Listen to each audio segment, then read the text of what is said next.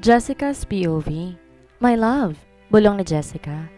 Ang bilis naman yata akong mamiss ng asawa ko. Hinamig muna niya ang kanyang sarili at siniguradong masigla ang boses niya. Nabubunga dito at sa kanya sinagot ang tawag. Yes, love? Love? Nauutal namang ulit ni Adam sa kabilang linya. Well, Namiss mo ako kaya tumawag ka ulit? Tudyo na naman dito. Malamang namumula na naman ang mukha ni Adam dahil sa mga pakilig niyang banat lines. No, yes. Pero hindi yan ang tinawag ko. Narinig niya pa ang mahinang pagbunto hininga nito kaya naman, kinabahan na naman siya. Hindi kasi ako makakadalaw sa bahay ninyo bukas. Finals namin sa Friday and I have to review. Sorry if Okay lang? Putol niya sa sasabihin pa nito. Mas importante yung pag-aaral mo. Tsaka konting kembot na lang gagraduate ka na. Galingan mo para matuwa ako sa'yo at malay mo, bigyan kita ng reward. Aniya pa. Wala pa siyang sapat na ipon at kulang din ang sasahurin niya dahil may absent siya sa club.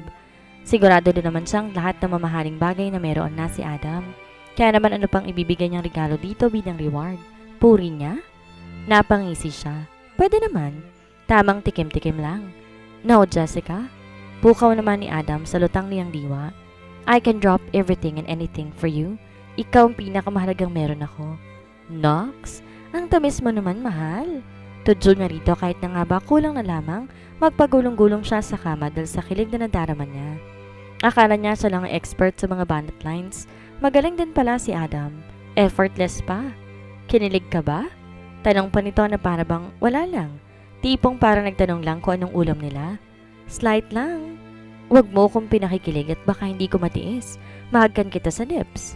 Malakas na tawang naging sagot sa kanya ni Adam. Akala yata nito nagbibiro siya.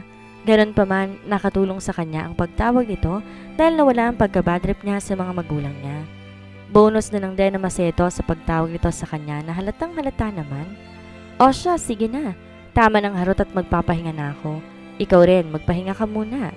Okay, I love you. Natigilan siya at muntik na pang mabitawan ng cellphone niya. Aatakin yata siya sa puso dahil sa pinaparanas na kilig sa kanya ni Adam. Hey, love? Agaw nito sa atensyon niya nang di siya agad nakapagsalita. Ha? I said I love you. I do. Thank you. Pinutol niya na ang tawag at nilagay ng unan sa mukha at tumili ng tumili. Peste? Daig pa niyang bulating inasnan dahil sa kaharutan nila ni Adam. I do tuloy ang naisagot niya imbes na I love you too. Nang sa tingin niya okay na siya at wala ng aftershock ang kilig, muli niyang tinignan ang cellphone niya. May nag-pop up na notification galing sa social media niya. Inad siya ni Adam kaya naman kagad siya nagbukas ng social media. In-accept niya kagad ang friend request nito sa kanya. Pagka-accept, lumitaw ang mukha nito dahil meron tong isang chat sa kanya. Send me your most beautiful photo. Nang mabasa niya yun, dali-dali siyang nag-selfie. Hindi lang isa, hindi lang dalawa, kundi 10 selfie ang ginawa niya. Iba't ibang post na puro pagpapakyut ang ginawa niya. Tsaka yun sinend kay Adam. Bless your inbox with my beautiful photos. Nakangiti ang chat niya rito. Todo effort siya doon dahil napa-English siya ng bongga. Maya-maya na may nakita niyang nagtatype na si Adam kaya hindi maalis-alis ang ngiti niya sa labi. Thank you for the blessings. Sagot naman ito at may pa-heart react pa. Tuluyan na ngang nawala ang lumbay niya sa buhay at napalitan ng kilig. Nakatulog siyang may ngiti sa labi at inaasam na kahit sa panaginip masilayan niya ito upang bigyang kulay ang madilim niyang mundo. Sa kabilang banda, eksakto 8:00 ng gabi na makarating si Jessica sa Club V. As usual, marami na namang customers dahil Friday night na. Umuulan ng alak sa bawat mesa na okupado ng mga parokyano. Nagkalat din ng mga nagagandahan at sexing babae na sumasayaw sa taas ng mga mesa. Ang iba ay mga nakakalong na at ang iba nasa dark room na malamang pinaliligaya na ang customer nila. Jessica! Kusang umikot ang mga mata niya nang marinig ang pamilyar na boses ng kaibigan niyang si Ira. Jessica, alam mo na ba ang chika? Dugdong pa nito habang hawak siya sa siko. Ano ba yan, Ira? Gabing-gabi halos kakarating ko lang. Chismis agad ibubungad mo sa akin? Singhal niya rito at saka siya humarap. Anong latest? Buisit ka talaga. Kala mo banal tong babaeng to no? Asik nito sa kanya at saka sumandal sa hamba ng bar area. Pero ito na nga ang chika. Kilala mo si Daisy, di ba? Oh, anyari kay ating? Dedo na. Natigilan siya at di agad naniwala sa pinagsasabi sa kanya ng kaibigan. Hoy, huwag mo nga ako niloloko. Hindi tatalab sa akin niya. Sira, nagsasabi ako ng totoo. Muli nitong putol sa kanya. Absent ka kasi noong isang gabi, kaya nahuli ka sa chismis. Wala na nga si Daisy. At alam mo ba, nakita ang katawan niya na nagpapalutang-lutang sa dagat? Hanggang ngayon nga kinikilabutan pa rin ako eh. Paano ba naman kasi wakwak ang siya ni Daisy na makita ang katawan niya? Nanlalaki ang mata niya sa gulat, tila pinanlamigan siya ng katawan. Noong huli niya kasing nakita si Daisy nung nilabas ito ng mga bigating customers. Kasama niya pa si Adam nung gabing iyon dahil niyaya siya nitong kumain sa lugawan na katapat ng Club V. Totoo ba yung sinasabi mo? Hindi pa rin makapaniwalang tanong niya. Oo nga, mariin nitong sagot. At eto pa, nakitaan daw si Daisy ng ilang gramo ng pinagbabawal na gamot sa tiyan. Diyos ko, Jessica, nakakakilabot ang itsura ni Daisy kung nakita mo lang sa video na pinakita sa amin. Malamang yun ang ibabalita sa TV at dyaryo, kaya ikaw na bruha ka. Mag-iingat ka palagi, ha? Inayos na ni Ira ang buhok niya at ang blazer niya at saka ginawaran na maaga ang hagkan sa noo. O siya, tayo nang kumembot na makauwi tayo na maaga. Matapos yon, tinalikuran na siya ng kaibigan. Akmang pupunta na rin siya sa dance floor na biglang nagkagulong lahat dahil sa mga pulis na bigla na lamang pumasok. Walang kikilos sa inyong lahat. Malakas sa sigaw ng pulis na malapit sa kanya. Sa kabiglaanan, hindi na rin siya nakagalaw pa mula sa kinatatayuan niya. Ikaw, dapa! Utos pa nito habang nakaturo ang armas nito sa kanya. Tinanginigan siya ng katawan at di alam ang gagawin. Nakita niya pa si Ira na sandaling tumingin sa kanya na may pag-aalala sa mga mata. Saka ito tumakbo, palayo upang makatakas. Dahan-dahan siyang umupo habang ang mga kamay niya nakapatong sa kanyang batok. Wala siyang ideya kung bakit may mga pulis na bigla na lang nagsulputan. Pero bago siya dakpin kasama iba pang dancer na naroon din, narinig niyang utos daw yun isa sa mga 7 bubos. Tulala pa rin siya at di alam ang gagawin hanggang sa pasakay na sila at dalhin sa presinto. Gusto niyang maiyak dahil sa mga kamalasang nangyayari sa kanya, pero para saan pa? Ano pang magagawa ng pag-iyak niya kung nahuli na siya at baka nga ikulong pa? Nang lingunin niya ang mga katabi niyang dancers, hindi niya makilala. Hindi niya alam kung kasama niya ba ang mga ito sa Club V o kung nakakasalumuhan niya ba ang mga ito sa gabi. Ate? Agaw niya sa atensyon ng kanyang katabi. May cellphone ka ba dyan? Hindi ko na kasi nakuha ang bag ko sa locker eh. Makikitawag sana ako kung pwede. Tinitigan siya ng babae na mukhang nagdadalawang isip kung pahihiramin ba siya o hindi. Sa huli, umiling to at hindi na siya pinansin pa. Ganon din ang ginawa ng isa pa niyang katabi. Ilang minuto lang nasa presinto na sila. Isa-isa silang bumaba habang may mga pulis na nakabantay sa kanila. Nanginginig ang tuhod niya dahil sa kaba. Yon din ang unang pagkakataon na dinala siya sa presinto. Habang ang ibang babaeng kasama niyang pinapapasok sa presinto nagtatakip ng mukha, siya naman halos tulala pa rin at hindi makapaniwala. Pagkatuloy nila sa loob, pinatayo lang sila sa gilid habang isa-isa silang sinusuri ng mga kapulisan. Pigil-pigil na naman ang luhang gustong kumamala sa mga mata niya. Alam niyo ba na ang club na pinapasukan ninyo ay illegal? Tanong sa kanila ng isang pulis na mukhang may mataas na katungkulan. Hindi lang yon. Doon ibinabagsak ang mga illegal na sandata, droga, at iba pang gawain ng mga malalaking sindikato at drug lords na halos 2 buwan na rin naming pinamamanmanan. Nanlalaki ang mga mata niya sa kanyang narinig. Ni minsan di man lang sumagi sa isip niya ang impormasyon na sinabi sa kanila ng pulis. Ilan sa mga kapulisan na nagpapanggap na customer sa Club V upang suriin ang area na yon. Napag-alaman din namin ang iba sa mga dancers sa club na yon ay pawang mga minor de edad pa. Humakbang ang pulis palapit sa kanila. Inisa-isa silang tingnan bago muli nagsalita. Ngayon, sino sa inyo dito ang minor de edad pa? Napayuko siya at hindi masalubong ang titig ng pulis. Sa linggo pa ang kaarawan niya kaya naman sa mga oras na yon, isa siya sa mga minor de edad na tinutukoy ng pulis. Gustuhin niya man umamin dito, hindi niya magawa. Bukod sa wala siyang lakas na loob magsalita, pakiramdam niya pa, lalabas na ang puso niya sa sobrang lakas at bilis ng pintig noon. Mr. Gafford, dilig niyang sambit ng isa sa mga pulis. Lalo pang lumakas ang kabang nadarama niya dahil sa apelido na binanggit nito. Hindi naman siguro iisang Gafford lang ang nagmamayari ng apelidong yon. Ganun pa man, sana mali ang kutob niya. Yes, sir. Ngunit daig pa niyang hinagisa ng granada nang mahimigan niya ang bariton ng boses na yon. Dahan-dahan sa nagangat ng mukha upang tiyakin kung si Adam nga ba ang Mr. Gafford na tinatawag ng pulis. Nang tingnan niya ang gawin nito, ay nasalo niya ang asul nitong mga mata na nakatitig sa kanya. Hindi niya alam kung galit ba ito o kung anong iniisip nito dahil seryoso lang tong nakatingin sa kanya. Nakagat niya ang pang-ibaba niyang labi dahil sa kahihiyan na nadarama niya sa mga oras na yon. Kung isa man si Adam sa mga nagmamanman sa Club V na tinutukoy ng pulis na nasa harap nila kanina, hindi kaya ginamit lang siya nito para maisagawa ang kanilang plano? Unti-unting nanubig ang mga mata niya sa kaisipan na ginagamit lang siya ni Adam. Ni hindi nga biranggit nito sa kanya tungkol sa pagiging opisyal nito, kung anong trabaho nito at kung ano ba ang ginagawa nito sa presinto. You did a great job. Nahuli sa buy-bust operation ng isang sindikato sa Club V kanina. Well done, Mr. Gafford. Masayang bati ng pulis kay Adam. Tuluyan ang tumulong luha niya dahil sa narinig niya. Ngunit ganon ang gulat niya nang bigla siyang lapitan ni Adam at pinunasan ng luha sa kanyang pisngi. Adam? Halos bulong na lang nasambit niya sa pangalan nito. Hawak ang kamay niya, hinila siya nito palapit sa pulis at kinausap ito. Thank you for the compliment, sir. But, nilingon siya nito at sa kangitian. I couldn't have my John done well without her. What do you mean? Sa pagkakataong yon, inakbayan siya ni Adam bago to sumagot ng pulis. I wanted to meet my wife, but I won't tell you her name. She helps me with my secret operation by accompanying me inside the club and giving me the information that I need to know. So, sir, she's the prize that I wanted right now. Matagal na nagtitigan lang si Adam at ang pulis na para bang sa pamamagitan ay nagkakaintindihan ng mga to.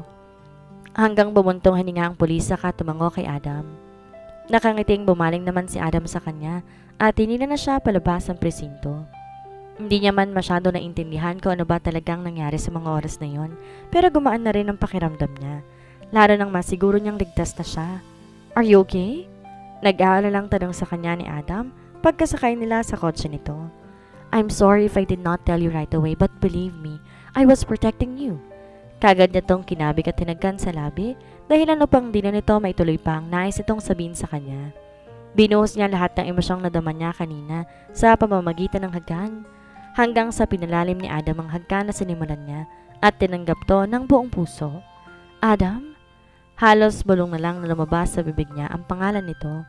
Gusto niya lang naman tong pasalamatan sa ginawa nitong pagsalba sa kanya sa pamamagitan ng mabilis na hagkan.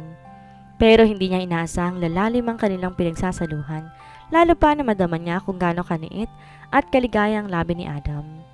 Naramdaman niyang pumailalim ang isang palad nito sa suot niyang pang-itaas at marahang naglakbay iyon. Kusaring kumawalang mahinang sigaw sa kanyang bibig habang magkalapat pa rin ang labi nila ni Adam.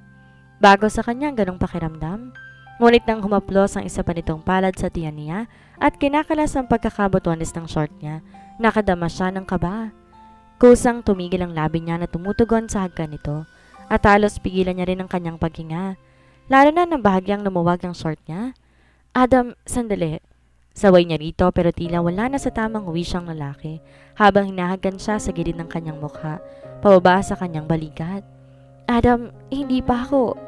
Natigilan siya at nanlaki ang kanyang mata nang pumaloob na sa pang-ibaba niya ang kamay ni Adam.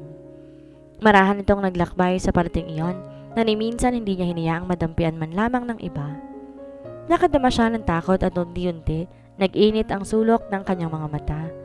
Hindi pa siya handa sa bagay na iyon.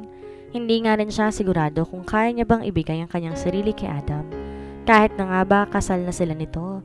Para sa kanya, hindi basihan ang papel na nagpapatunay na kasal ng isang tao, na iisa na lang ang dapat na may mag-ari nito. Saka limang nakatali na ito. Hindi siya naniniwala sa forever na mas napapatindi lang upang hindi niya ibigay ang buong tiwala niya sa kung sino. Patunay ang papa niya sa lalaking walang ibang ginawa kundi ang manloko, magpaasa, manakit, maghanap ng iba pang habang nasa relasyon pa ito. At dahil siya naging produkto ng panloloko ng papa niya, siya naging tampunan ng masasakit na salita. Pare-pareho lang mga to kung husgahan siya. Pare-pareho kung maliitin siya at pagduldulan sa mukha niya na wala siyang karapatang lumigaya. Dahil isa siya sa dahilan kung bakit may mga pamilyang nasisira. Adam, wag! Tuluyan na siyang napahigbi at dahan-dahan tumulong luha niya sa kanyang pisngi. Natigilan naman si Adam nang marinig nito ang mahina niyang paghigbi. Tinitigan siya nito at saka siya niyakap na mahigpit. I'm sorry. Sorry, I did not mean to scare you. Ginawaran din siya nito na mag-aanghagkan sa noo bago siya muling niyakap na mahigpit. Paulit-ulit tong nanghihingi ng sorry sa kanya kahit wala naman tong kasalanan. Siya ang naging agresibo. Siya ang unang nanghagka ng walang pasabi. Tapos ngayon iiyak-iyak siya? Habang hinahaplos ni Adam ang likod niya upang patahanin siya nito, ay ito rin ang muling nag-ayos ng damit niya. Binalik din ito sa pagkakabotones ang short niya at nang hindi pa ito nakontento, sinuot pa nitong sarili nitong jacket sa kanya. Sorry, nauutal niyang paumanhin. Di siya makatingin dito ng diretso dahil nilalamon siya ng hiya. Hindi ko sinasadya. Simpleng kiss lang dapat. Natigilan siya nang bumugato ng marahas na paghinga, tsaka sumandal at ipinikit ang mga mata. Nang gumapang mata niya pababa sa balikat ni Adam at dumako pa rin pababa sa tiyan nito, napansin niya ang bahagyang bukol sa suot nitong pantalon. Pinamulahan siya ng muka. Hindi siya ganon ka-inosente para hindi malaman kung ano yon sa pantalon ni Adam. Nang magmulat to ng mata, kaagad siyang yumuko. Hinila siya nito papalapit sa katawan nito at saka niyakap. I'm sorry. Muli siya nitong hinagkan sa noo at sinuklay ang buhok niya gamit ang kamay nito. Natakot ka ba? Did I scare you? Sunod-sunod pa nitong tanong. We won't do that again. I won't do that again, I promise. Yumakap siya na mahigpit kay Adam. Di naman siya natakot dito pero hindi pa siya handa. At ang dahilan ng takot niya hindi dahil sa kung ano ang muntik nang maganap sa kanilang dalawa, kundi dahil natatakot siyang baka iwan din siya nito pagkatapos niyang isukong lahat-lahat para dito. I love you, Adam whispered, which made her smile. Paunti-unti nawala ang takot niya. Naging panatag din ang kabog ng puso niya. How she wished that God allowed her to keep this man till she can finally tell him that she loves him more than he loves her. Sa kabilang banda, nang nasa tapat sila ng gate ng bahay nila, inihinto ni Adam ang sasakyan nito. Lumapit to sa kanya at kinalas ang seatbelt niya. Isasara na ang Club V. Masuyutong tumitig sa kanya at saka ngumiti. Gusto kong mag-aral ka, Jessica. Pag-aaralin kita. You don't have to worry about your tuition fees and expenses. I will provide everything. Napangiti siya at saka marang hinaplos ang pisngi nito. Ang gwapo ng asawa ko. Aniya at saka pinisil pa ang ilong nito. Hot pa. Namula ang pisngi ni Adam pero hindi niya na to pinakawalan. Bagkos pinakatitigan niya to sa mga mata. Hindi ko deserve ang isang katulad mo. Ayoko maging pabigat sa'yo. Alam kong nagsisimula ka pa lang kaya naman narito lang ako para suportahan ka. Kung magsasara man ng Club V, pwede naman akong mag-apply bilang kahera sa palengke. Kahit anong mabuhay lang kami ni Mama. Doon niya palang binitawan ang pisngi nito, tsaka humilig sa balikat nito.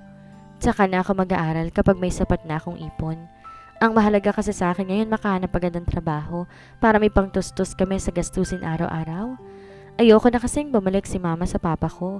Ayoko siyang nakikitang nasasaktan at sinasaktan ng ibang tao. Dugtong niya pa. Umayos siya ng pagkakaupo at muling lumingon kay Adam. Masakit para sa akin yon. Kaya pasensya ka na ha, kung tatanggihan kong alok mo. Inawakan ni Adam ang kamay niya at saka hinagkan ang likod ng palad niya. I understand. You have a good heart, Jessica, and I am proud of you. Sus, ang keso. Nakangiting todyo na narito. Kalma, me lang this. Tsaka baka hindi mo matatanong, pero sasabihin ko na rin ha, matalino naman ako noon. Kumunot ang kili ni Adam, nagtatakang tinitigan siya. Para bang dito makapaniwala na once in her lifetime naging matalino siya. O kaya, best in math ako nung kinder ako. Tsaka lagi ako may star sa kamay tuwing uuwi. Yeah, I believe you. Ngiti-ngiti namang pagsang-ay na lang ni Adam sa kanya. Sabay na silang lumabas ng kotse nito at takmang tutuloy na sana. Ngunit natigilan siya na makita siya ni Francis, nakasandal sa pinakahamba ng gate nila. Ano na namang ginagawa mo rito? Tinaasan niya to ng kilay. Kagad tong umayos ng tayo at saka nakangusong sumagot sa kanya. Parang sira lang, pero cute pa rin naman to kahit nanunulis ang uso nito sa pagtatampo. Nagbago ka na talaga, Jess. Dati lagi naman akong welcome dito sa inyo ha. Ikaw din, alas dating ka sa bahay namin. Inuubos mga laman ng ref namin at ginagamit mo mga damit ko kahit na bagong bili ko lang. So anong gusto mong mangyari ngayon? Magsumbatan tayo dito sa labas ng bakuran namin? Agap niya rito. Ano nga? Ano ang gusto mong gawin ng ganitong oras? Nakakatampo ka na? Sige na nga, uuwi na ako. Akmang aalis na si Francis nang may biglang naalala siya. Linggo na ang kaarawan niya at Biyernes ngayon. Ibig sabihin, kaarawan ng bugok. Kagad niyang hinawakan ng kamay ni Francis upang pigilan to, tsaka malakas itong kinatok sa batok. Sira, hindi ko nakakalimutan. Nginitian niya ito ng pagkatamis-tamis at saka pa lamang binati. Happy birthday, kalbo! Nagliwanag naman ang mukha ni Francis at kinarot ang magkabila niyang pisngi. Sama ka sa bahay, nagluto pa naman si mommy ng paborito mo. Aham! Tikim ni Adam na nagpatigil sa kanilang dalawa. Kasama niya nga pala ito at hanggang ngayon ay naroon pa. Inawakan nito ang kamay niya, tsaka niya hinila papalapit dito. Nang magangat siya ng tingin, nahuli niya ang matalim na tingin nito kay Francis. Kasi Francis, absent ka ngayon sa birthday ko? Nagtatampong tanong pa rin ito sa kanya. Ilang beses lang sa isang taon ako magbe-birthday. At ngayon ka lang hindi sasama sa akin kapag nagkataon. Muli siyang bumaling kay Adam na ngayon ay nakatitig na sa kanya na wala man lang kaimo-emosyon sa mukha. Pwede ba akong... No! Agap nito at saka pa lamang lumamlam ang mga mata na nakatitig sa kanya. Please, choose me. Please? Parang paulit-ulit na naririnig ni Jessica ang boses ni Adam sa tenga niya na ibinubulong ang mga salitang iyon. Pero bakit kailangan siya nitong papiliin? Tsaka bakit nahihimigan niyang bahagyang takot sa boses nito? Ayaw ba nito kay Francis? Oh boys, tinalo pa nila ang babaeng kaumpisa pang bisitahin ng buwan ng dalaw nila. Pre, hindi naman yata tama na pagbabalan mo sa Jessica. Isa pa, matagal na kaming magkaibigan ng buraot na yan. I don't care. Kasabay ng pagputol ni Adam sa paliwanag ni Francis ay ang paghigpit ng hawak nito sa palapulsuhan niya. Hindi siya sasama sa'yo. It's already nighttime and she was supposed to be sleeping at this moment. She needs to rest. Hindi ko ipapahamak sa Jessica kung yan ang pinupunto mo. I can and I will protect her no matter what happens. Really? And would you protect her from yourself too? Mas lumalim ang pagkakatitig ni Adam kay Francis. Kitang-kita niya rin kung paanong magtagis ang panga nito dahil sa pinipigan nitong galit.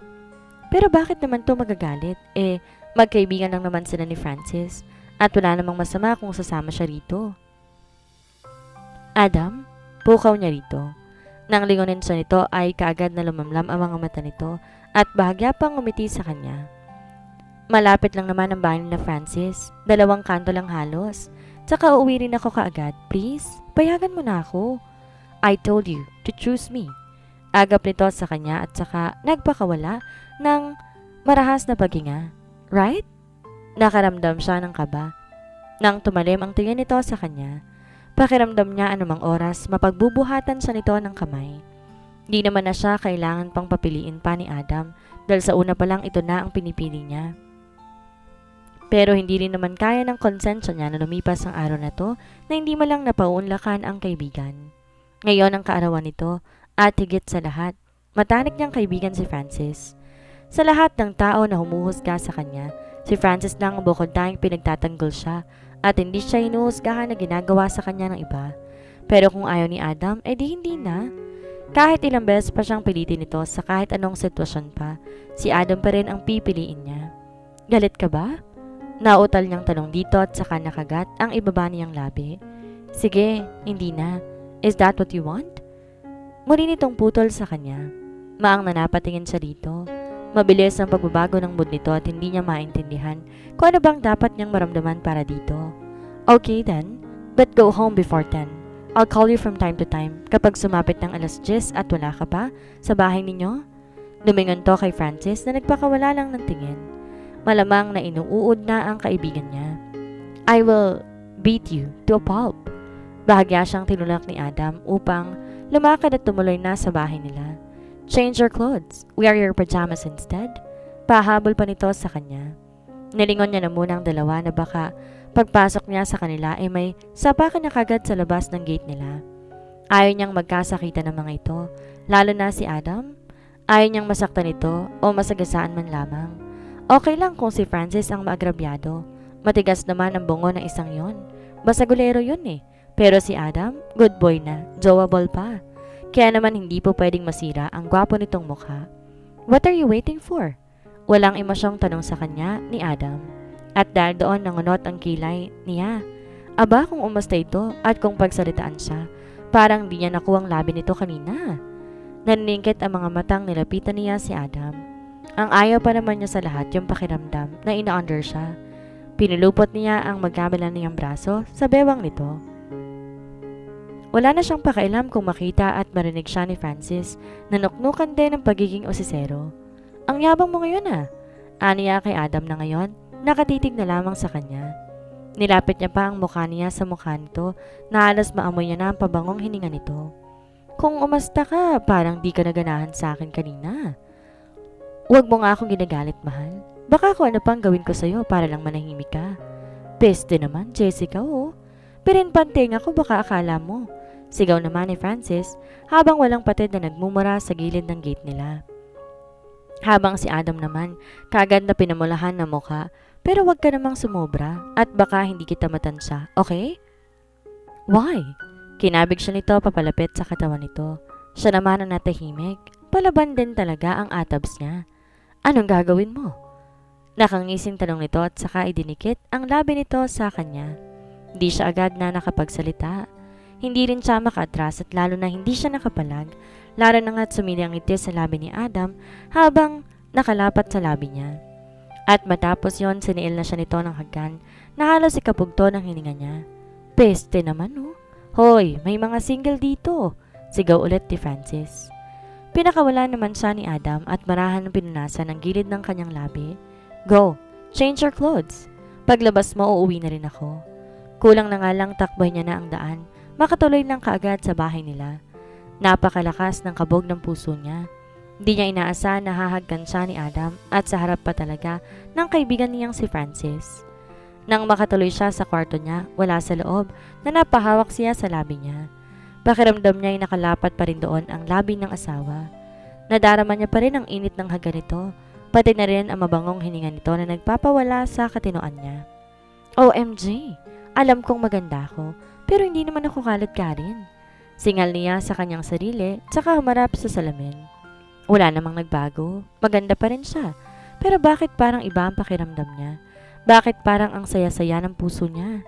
Para siyang nakalutang sa alapaap at may kung anong kumikiliti sa loob ng tiyan niya. Peste, mukhang ginayuman na talaga ako ni Adam. Matindi ang hokus-pokus na ginawa niya sa akin. Giit niya pa at saka umiling. Pilit niya nang isinasantabi kung ano man ang pakiramdam na sa tingin niya ay bago sa kanya. Kumuha siya ng pajama sa closet at yun na lang talaga ang sinuot niya. No choice, sabi ng hari eh. Pagkaalis niya ng kwarto niya, naabutan niya ang mama niya na may hawak na baso ng tubig. Gustuhin niya mang magtanong dito kung bakit kising pa ito ay hindi niya na magawa pa dahil kaagad sa nitong nilampasan. Malamang problemado na naman ito sa komplikado nitong love life. Hindi na nga siya nagpaalam pa sa mama niya at muli nang lumabas ng bahay. Naratan niya namang nakatayo pa rin sa gilid ng gate nila si Francis habang si Adam ay prenting nakasandal sa kotse nito. Peste naman, Jesso. Parang sa badsama party ka pupunta. Sinabi lang na atabs mo magpajama ka, nagpajama ka nga talaga. Napaka-loyal. Bungad sa kanya ni Francis. Inirapan niya lamang ito, saka bumali ang tingin kay Adam. Nahuli niyang may sumupil itong ngiti sa labi kaya naman napairap din siya rito. Uuwi ka na, mahal. Diretsong tingin ha. Tandaan mo, hawak kong pamilya mo. Tudyo niya kay Adam na napailing na lamang. Nag-flying kiss din siya dito. Pero laking gulat niya na lumakad to papalapit sa kanya at mabilis ginawaran siya ng hagkan sa labi. You are mine, right? Dahil sa kabiglaanan, sunod-sunod na pagtango na lang ang naging sagot niya. That's good to know. Take care and go home safely. Bumalik na to sa kotse nito at sumakay na. Ibinabali nito ang bintana ng kotse, tinitigan pa siya na matagal, tsaka ito nagpa siya na umalis na. Angas ni Papi! Naiiling na sambit ni Francis, tsaka hinawakan ng pulsuhan niya. Pero, mas maangas pa rin ako, dahil ako ang pinili mo. Kinaltokan niya lang ito sa batok na ikinatawa nito ng malakas. Inalalayan din siya nito na sumakay sa motor nito na nakaparada sa gilid. Yumakap ka sa akin na mahigpit, Chess. Hindi ka pa pwedeng magasgasan. Walang aawat sa amin ni Papi sakali mang magdeklara siya ng World War IV. Hindi niya na lang pinansin pa ang panunod ni Francis sa kanya. Alam niya nang kinulang nito sa bakuna ng bata, kaya naman ganito ito kung umasta. At tulad ng sinabi nito, yumakap siya sa bewang nito. Bago pa nito pinaandar ang motor na nag-iwan ng malakas at maingay na tunog sa kalagitnaan ng gabi.